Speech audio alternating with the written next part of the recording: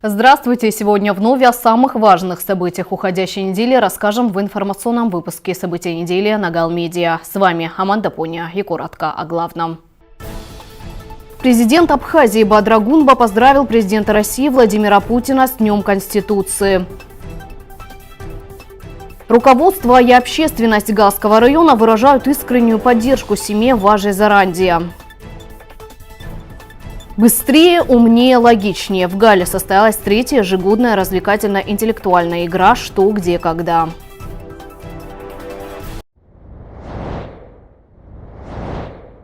12 декабря президент Абхазии Бадра Гунба поздравил президента России Владимира Путина с Днем Конституции. В поздравительном адресе главы государства, в частности, говорится: «Конституция Российской Федерации провозглашает высшей ценностью человека его права и свободы, гарантирует законность, справедливость и социальную защищенность граждан, служит прочным фундаментом единства и стабильности великой многонациональной страны. Благодаря верности этим принципам Россия уверенно развивается, укрепляет свое государственное могущество, экономическую и духовную основу, а ее народы живут в мире и согласии, сохраняя традиции дружбы и взаимного уважения. Хочу отметить особый союзнический характер российско-абхазских отношений, основанные на взаимном доверии. Под вашим руководством, Владимир Владимирович, Россия неизменно оказывает поддержку нашей стране, внося неоценимый вклад в обеспечение ее безопасности и развития. Народ Абхазии высоко ценит эту дружбу, проверенную временем. Желаю вам, уважаемый Владимир Владимирович, крепкого здоровья, дальнейших успехов в деле служения российскому государству, его многонациональному народу, а всем россиянам мира, благополучия и процветания». Конец цитаты. Российскую гуманитарную помощь на сумму 330 миллионов рублей, а также сельхозтехнику и тракторы получила Абхазия с 2018 года на развитие сельского хозяйства. Об этом сообщил Бадра Гунба на встрече с министром сельского хозяйства России Оксаной Алут. Президент Абхазии сказал, что в последние годы в республику также стали поступать частные инвестиции, в том числе из России, в развитие таких культур, как голубика.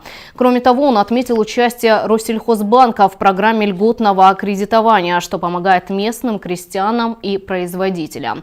Гунба поблагодарил российскую сторону за постоянную поддержку сельхозотрасли Абхазии, развитие которой имеет большое значение для республики.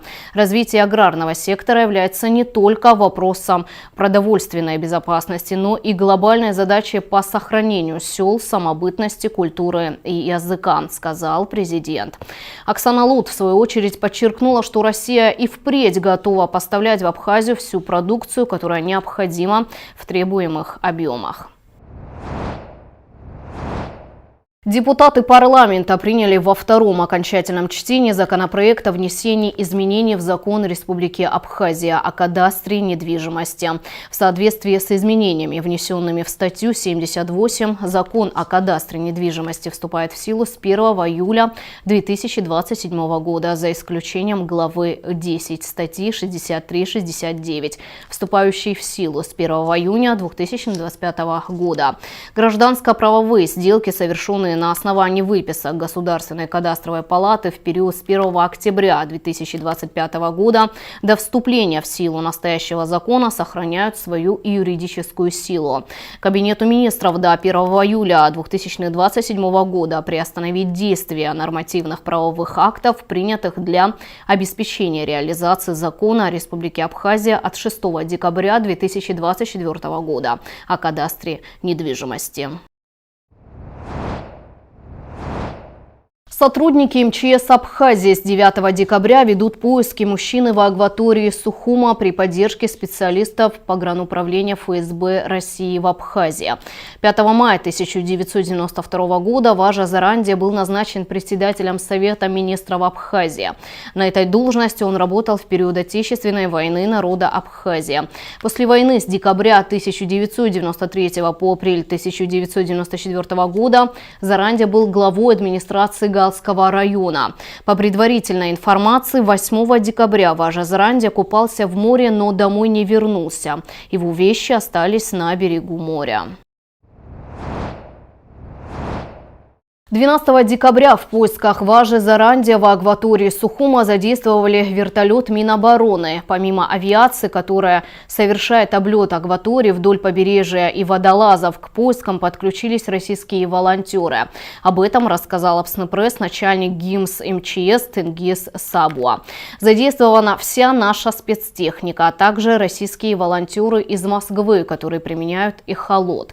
Он позволяет обследовать дно моря. Если специалисты что-то увидят на дне, то ставят точку. Далее водолазы ныряют и осматривают дно. На каждой точке выставляют буи, пояснил Сабуа. Руководитель ГИМС также подчеркнул, что во всех районах республики сотрудники МЧС ведут осмотр побережья. Руководство и общественность Галского района выражают искреннюю поддержку семье Важи Заранди, поиски которого все эти дни продолжаются в акватории столицы Абхазии. Тему продолжит моя коллега Тея Басария. 8 декабря 2025 года Важа Заранди предположительно купался в море в дневное время. Однако домой со столичного пляжа не вернулся. Его личные вещи были обнаружены на берегу. Сразу после поступления информации к поискам были привлечены водолазы и плавсредства МЧС Республики, а также специалисты погрануправления ФСБ России в Абхазии. Для расширения зоны поиска вскоре был задействован вертолет Министерства обороны, который осуществляет облет прибрежной акватории. Происшествие вызвало широкий общественный резонанс, в первую очередь в Гале, где Важа Заранди был первым руководителем районной администрации. Директор второй школы города Гал Ахрак Виквискири, вспоминая Важу Заранди, отметил, что он был ответственным руководителем района и пользовался уважением коллег и жителей. Очень болезненно слышать ту новость, которая сегодня обсуждают в Абхазии, вот о чем вы говорили. Важа Заранди довольно-таки известная личность не только в нашем районе, но и по всей Абхазии. Важа Заранди являлся первым председателем Совета министров Абхазии. Ну, это сейчас должность премьер-министра. 92-93 года. С мая месяца 1992 года он был председателем правительства. Вот. И Важа Заранди сыграл очень такую видную роль в формировании этого Совета министров, потому что, как вы знаете, в 1992 году в Абхазии проходили очень напряженные события. Это связано с формированием нового парламента, согласованием кандидатур премьер-министра и там ряд других ключевых министров. Он был человеком дальновидным. В Абхазии на какое-то определенное время наступило спокойствие. В дальнейшем, уже будучи премьер-министром, он, естественно, был премьер-министром и во время Отечественной войны народа Абхазии, выполнял возложенные на него обязательства, находился рядом с депутатами парламента Абхазии, рядом с главнокомандующим Владиславом Григорьевичем Арзенбом, первым президентом нашей страны, столположником современного абхазского государства. После войны, после 30 сентября 1993 года, Владислав Григорьевич Арзенба направил Важу Заранди в Галицкий район руководить этим районом. И Важа Заранди, используя все свои знания, навыки, начал налаживать мирную жизнь в Галицком районе. Вот. При нем открылась школа, начали люди возвращаться к себе домой, налаживать быт, заниматься повседневными делами. Он организовывал, под его руководством организовывалась и раздача гуманитарной помощи на территории Галского района. Вот. И он был очень умным, грамотным, отзывчивым человеком. Люди, которые находятся здесь, в Галицком районе, конечно же, помнят его как человека-профессионала, доброго, отзывчивого, который был всегда готов встать рядом, подать руку помощи, оказать поддержку. И именно на основе тех начал, которые он заложил послевоенное время в Гальском районе, в дальнейшем была продолжена работа другими главами администрации. Но самый сложный период, когда только-только закончилась война и была неопределенность в этом районе, мирную жизнь здесь налаживать начал именно Важа Зарандия. Важа Зарандия после того, как ушел из политики, он в 1994 году активной политикой уже не занимался, хотя он высказывал свое мнение, имел свое мнение, говорил на разные темы, на политические темы, но активно политикой он не занимался. Насколько я помню, он ни в какие партии не вступал, и ни в какие объединения не вступал. Вот. И в дальнейшем он как бы вел активную, но не политическую жизнь. Глава Галского района Константин Пиля также выразил слова поддержки семье и близким Важа Зарандия, подчеркнув, что произошедшее стало тяжелой утратой для всей республики. Да, я позвонил семье, разговаривал с дочерью, с одной из дочерей разговаривал, сказал слова сочувствия. Конечно, всегда была надежда, что это не трагичное вот так все, но не приходится сомневаться. Скорее всего, все это так, уже несколько дней поисков. Но она тоже вспомнила, что наши родители, отцы еще дружили. Я высказал, как на сегодняшний день, как глава района, что весь район сопереживает, что люди сопереживают. Помнят его, как он в тяжелые времена взял на себя ответственность за Гальский район. Все это вспоминали и высказали слова свои сочувствия. Я передал это семье, вот так мы поговорили. Поисково-спасательная операция продолжается. Тея Басария, Гал Медиа. Галский филиал РУП «Черноморэнерго» сообщает, что с 15 декабря 2025 года на территории Галского района начнутся плановые отключения электроснабжения абонентов, имеющих задолженность за потребленную электроэнергию. Всем потребителям, имеющим задолженность, необходимо в кратчайшие сроки произвести оплату, чтобы избежать отключения и последующих ограничений в подаче электроэнергии. Гальский филиал РУП «Черноморэнерго» призывает жителей района своевременно погашать задолженность и благодарит за понимание. Быстрее, умнее, логичнее. В Гале состоялась третья ежегодная развлекательная интеллектуальная игра «Что, где, когда». Слово Теи Басария. 10 декабря в городе Гал состоялась третья ежегодная развлекательная интеллектуальная игра «Что, где, когда», организованная благотворительным женским фондом развития. Мероприятие уже успело стать доброй традицией и в этом году вновь собрало под одной крышей самые эрудированные и мотивированные команды Галского, Тхварчалского и Ачимчирского районов. Праздничная атмосфера и оживленные дискуссии участников стали ярким финальным аккордом масштабного 16-дневного марафона против гендерного насилия, который завершился в этот же день. Сегодня мы собрались на интеллектуальном турнире по игре «Что, где, когда», в котором принимают участие 6 команд. Это 3 команды из Ачимчирского района, 2 команды из Галского района и 1 команда из Тхварчалского района. Данный турнир мы проводим 10 декабря в Международный день прав человека, который завершает 16-дневную акцию против насилия в отношении женщин и девушек. И, как вы уже успели заметить, сегодня вопросы тоже тематического характера, а именно про права человека, про активных женщин, которые внесли те или иные изменения в исторической перспективе. Мы очень рады собирать молодых людей, потому что это позволяет им развиваться, узнавать новое, а также знакомиться друг с другом. Хотелось бы отметить, что данный турнир мы проводим уже 3-й год. Идея проведения интеллектуальных игр в Гальском районе у нас возникла совместно с отделом по молодежи и спорту администрации Гальского района. И особая им благодарность за то, что они всегда стоят с нами рядом, оказывают нам всяческую поддержку.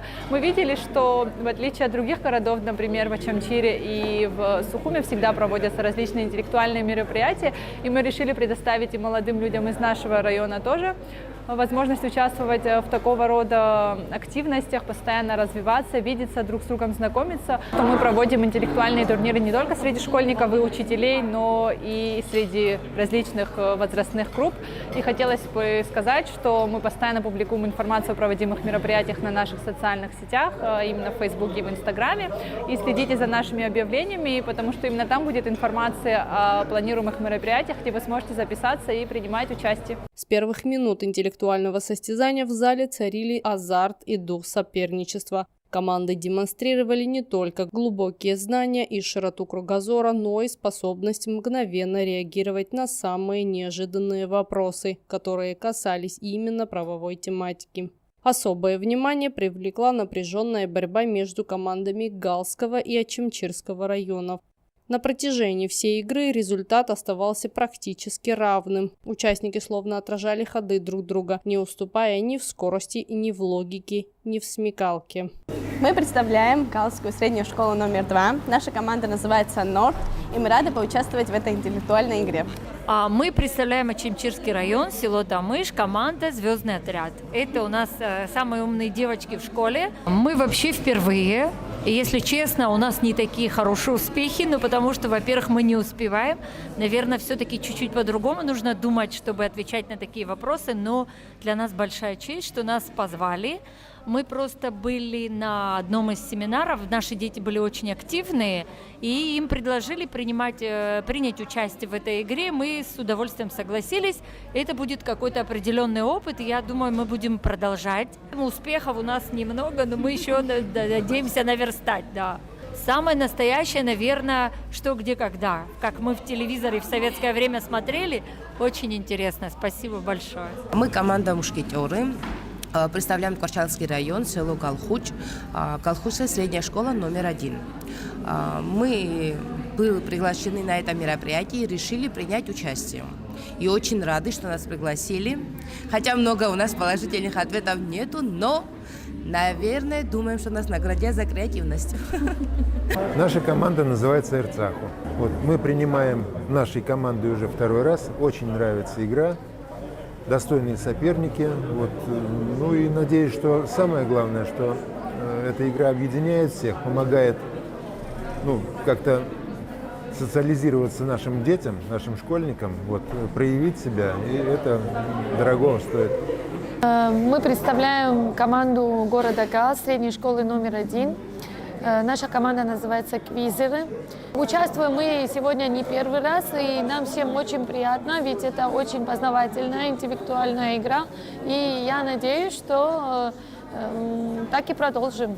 Организаторы подчеркивают, что подобные мероприятия имеют большое значение для молодежи и общества в целом. Интеллектуальные игры способствуют развитию критического мышления, расширяют кругозор, укрепляют навыки командного взаимодействия и в то же время помогают обратить внимание общественности на важные социальные темы. В организации, в проведении нам помогают молодые ребята, именно Дмитрий Турнанба и Леон Чикадо, которые не первый год занимаются организацией и проведением интеллектуальных турниров не только в Восточной Абхазии, но и республиканского масштаба.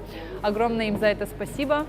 Также хотелось бы особую благодарность выразить нашему донору, это офис ООН «Женщины в Абхазии», которые поддерживают такого рода мероприятия. Также хотим выразить особую благодарность заведующим отделами образования Очимчирского, Гальского и Ткачальского района за то, что они также активно принимают участие в наших интеллектуальных турнирах и организовывают команды школьников и учителей из районов.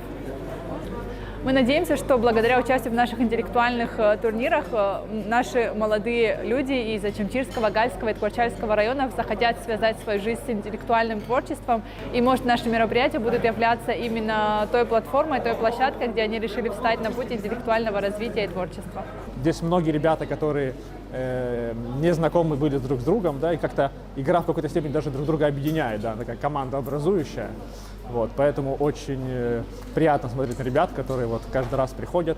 Есть новые ребята, есть какие-то старые команды, вот, которые из раза в раз приходят, это очень сильно радует. Развязка наступила в финальном раунде, когда все решил один единственный балл. Победу вновь одержала опытная команда школы-интерната имени Симона Басария из Очимчирского района. Их слаженность, выдержка и стратегическое мышление позволило ребятам вырваться вперед в самый ответственный момент. Зал встретил триумф команды бурными аплодисментами, а соперники достойно признали успех коллег. На первом месте у нас команда из города Ачамчира под названием Гюэнос.